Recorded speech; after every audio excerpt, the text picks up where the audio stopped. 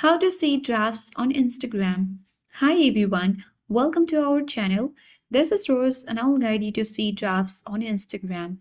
Watch the video till the end and without further ado, let's begin. First, you need to create a draft. Let's launch Instagram and head towards home. Select plus icon at bottom center of your screen. And now simply you need to choose a photo or video from your gallery or take a new one. Tap next at top right. Now you can easily customize this post and then tap on next button at bottom right. Now you can easily tap on the back option and then tap on back again.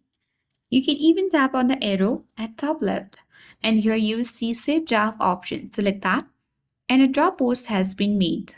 So simply you need to get back to your profile, selecting the profile icon at bottom right. And then you can easily view your drafts on your Reels section or your feed.